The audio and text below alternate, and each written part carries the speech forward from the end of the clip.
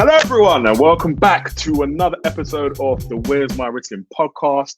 We're back here. I told you I'm sticking to this video thing. No trim, don't watch that. At least my sofa is clean in the WMR studios. So I'd like to kindly, I feel like Jonathan Ross doing this, but I'd like to kindly invite my guest, Shae from the Green Room. Come on down, Shae. I was on the place with like a little theme music. I feel like where's the music? Yeah, no. I mean, do you know what? I'll probably add that in afterwards. No, I'm not wasting my time. Basically, yeah. Well, Shae, thank you for coming down. It's good to see you as always. By the way, done your hair very nicely. Hair looks radiant. Lip gloss is shining. Oh, you just guys before this, she was like, "Oh, my hair." She says every week, "My hair doesn't look this way." What you clean got a coolie headpiece? Can I say coolie on? No, can I say that? Yeah, coolie anyway. Coolie or mixed race. Maybe. Oh my goodness, you think you're mixed race? Can we explore lineage? One day we're gonna do an episode looking back through Shae's past. But do you know what? This is a quick though. We haven't got time for this nonsense. Let's get to the matter at hand. And to be a bit more sobering, I guess what I kind of want to touch on is obviously in the last couple of weeks. That's been about only a week, Shae, right? Only about a week or so. Yeah, just over a week. Chadwick Boseman passed away. Which was actually quite sobering, quite a sad time for all of us. Obviously passed away, unfortunately, from colon cancer. And obviously, there's been a lot of people kind of streaming in, giving their comments, giving their eulogies, giving their heartfelt appreciation. And I know this is not about, I guess, some kind of sycophantic praise of just celebrities in general, because I know obviously every death, obviously, in the wake of the pandemic that we've been going through is all life is precious. But I thought this one just feels a bit different. I guess because of the kind of man that he was and kind of what he represents. I guess as a man, I guess we'll know him as an actor. For example, all the key roles he played. There was Black Panther. I've recently begun a bit of a journey watching some of his own movies, like Get On Up, where he played James Brown. Obviously, 42, he played Jackie Robinson, again, the pioneering, the first Black African-American to play baseball in the Major League. And also Marshall, where he plays the first African-American Supreme Court Justice. And obviously the movie just came out the other day, which is Das 5 Blood, which was a Spike Lee film about African-American war vets. So all those movies, all those roles, again, the fact he chose all those roles kind of speaks to the man himself. But then actually doing a little bit of a deep dive, obviously, on his passing and kind of seeing the man that he was. Not only was he going through cancer while he was doing all these iconic roles, working his hardest, he did a lot of I was his word wrong. Humanitarian stuff. I'm just thinking philanthropy. I was getting it wrong, but a lot of humanitarian stuff. You just said it. No. It's just the pressure. As you looked at me with that great hair, a lot of stuff literally doing in the background, and just kind of speaks to, I guess, just the human being as he was. And I've seen a heartfelt letter from director Ryan Coogler, who directed Black Panther. The heartfelt praise from Viola Davis.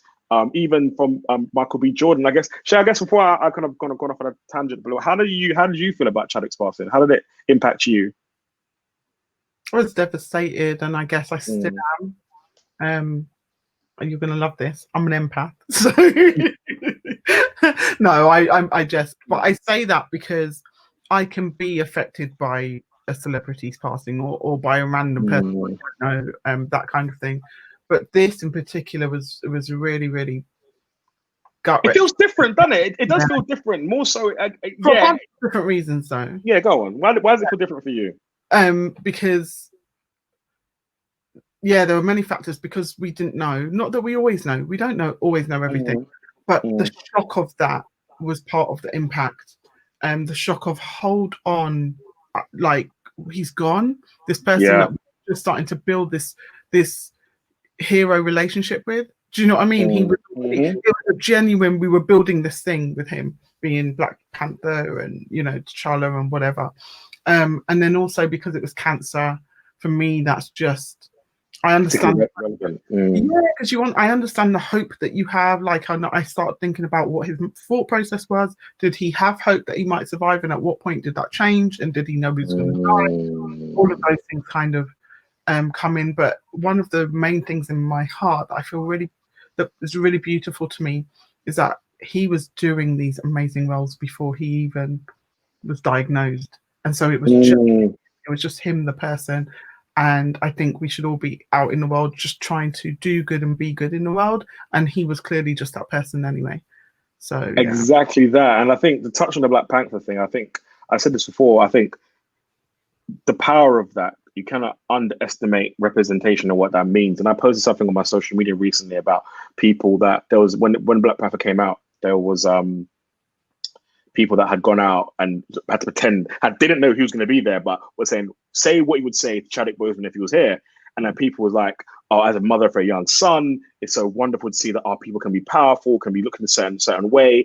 And obviously Chadwick come up around the corner and people be like, oh my gosh, shock. But that was quite an emotional reaction. I can't lie, it touched me, I can't lie, it touched me. There's another one, a woman that said, as a Black woman, as a creative, and as an artist, seeing this imagery is so powerful for me.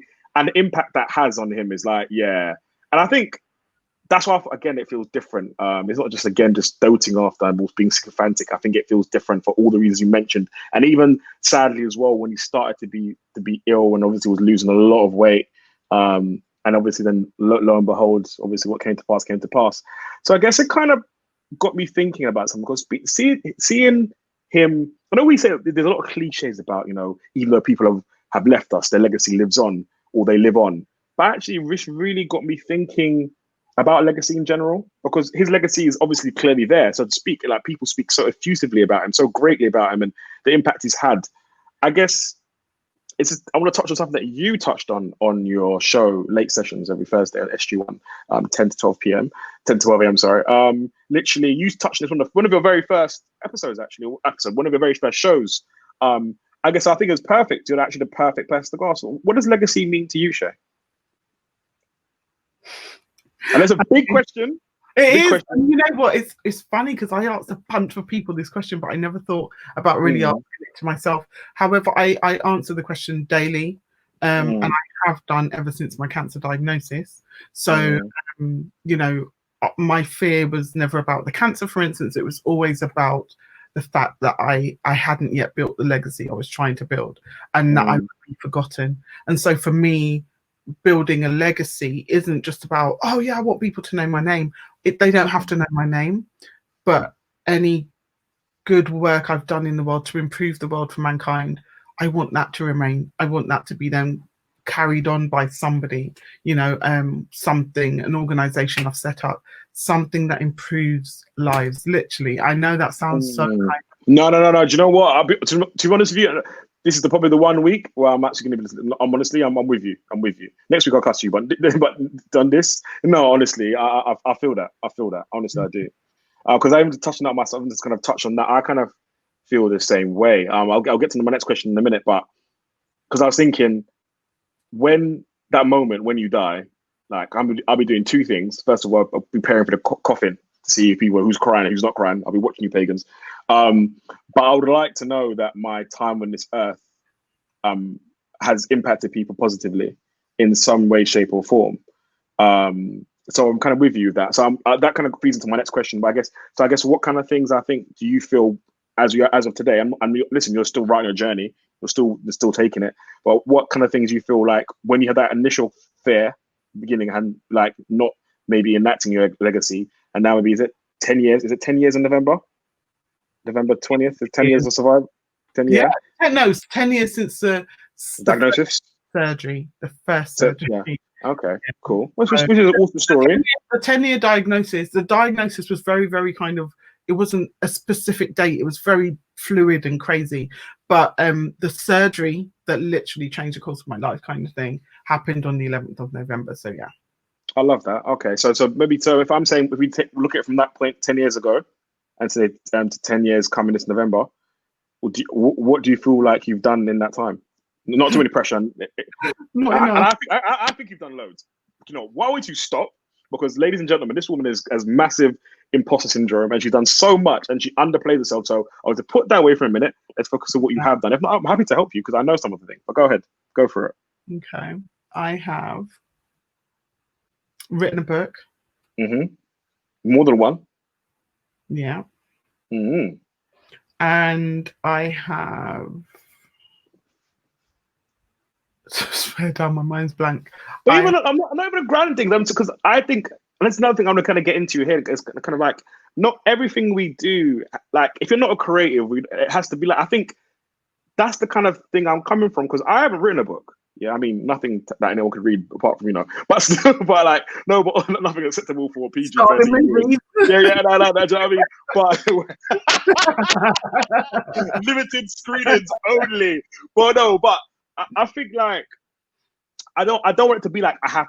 Not everyone's gonna be Chad. Not everyone's gonna be Shae. Not everyone's gonna be Dwayne. Everyone's trying to be like me. But like literally, like, is it just something as simple as maybe being a good person, being a good friend, being supportive, leaving an indelible mark on people's lives? No. Do you know what? It's not just as simple as doing that. It's actually, it's actually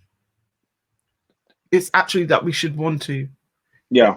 It's actually that.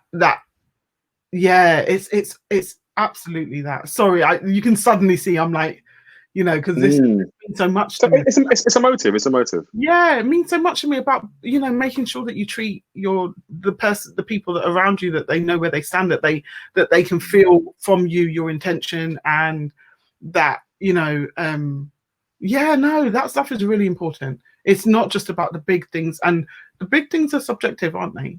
Do you know what I mean? Something for me could be different for you and whatnot. Just waking up some days for some people is going to have been something. So, but yeah, I'll be honest with you. I do set the bar high for myself, and that is literally fueled by the fact that I want to have put as much into my legacy as possible. And the thing is, can I just say, legacy for me begins while I'm here. So it's not let me do all of this and then when I die, you can then release all of the good. No, it's legacy. We build it whilst we're alive. We have impact on people whilst we're stood next to them. Because you know what? Fundamentally, my legacy, God forbid, may end today for somebody. Because if they pass away tomorrow, what did they know of me to that point? Our legacy are much more than what we leave after we're gone. But it's about how other people consume and feel us while they're the energy you give. Yeah, I think because I guess the question is how can we leave our own legacy? And I'm mindful of that. And I think you kind of touched on that nicely. And I think to kind of second that, it is about leaving people with a positive feeling whenever you have that. Or do you know what? I like this. I like to add value. I think that's an important thing. I think to add value to any situation, to any experience, and that doesn't have to mean it. And that can be in a varied amount of ways. It can be in terms of providing advice, or just being a comfort. It could be or just sometimes just being there. I was going to say, adding value. I think a lot of people are like, right, this is how I add value to you.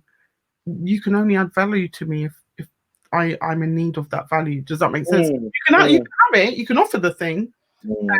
But if I'm already providing that thing for myself, then its value decreases because actually you're just offering something that you want to offer to me, right? That doesn't mean you're not adding value or offering value. I'm saying that actually, again, it's subjective.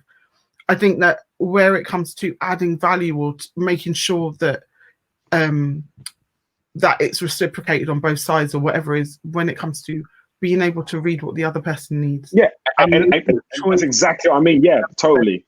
Yeah. Yeah, no, because it's not. I think it's what I mean. I think so. Maybe making sure that it's not about you; it's about the other person.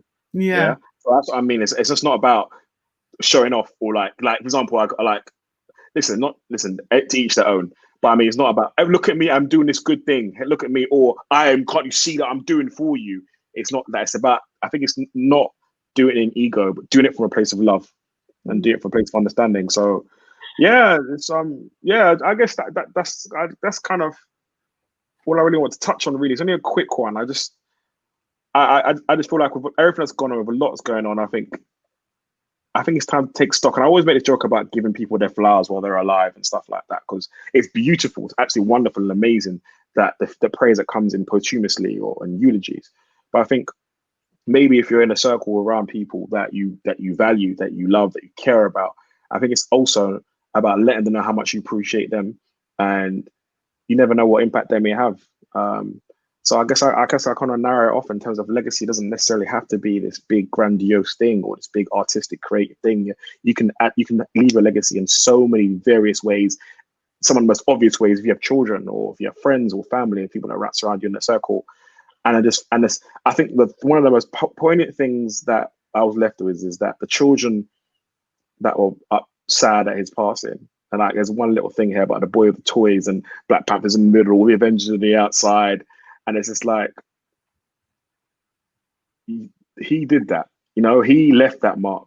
And I think that's very powerful. And I think we never know how far our impacts will reach. So I just think just be mindful of our interactions. It's an emotional one, isn't it? God, trust me. Right, it's deep. Car. Yeah, it's a deep one. But I'm a bit scared because you just said earlier that if the friends you speak to may die in that moment, don't curse me, but I gotta go Asda and drive the car. So if I drop down dead, you know why. No, on a serious level, guys, just take care of each other, love each other, and just just live in unity. It's a positive one today. So I'm gonna burn some sage. But after that, after I burn some sage, I'm gonna take medication. It's been a pleasure talking to you as always. Bye bye. Bye bye.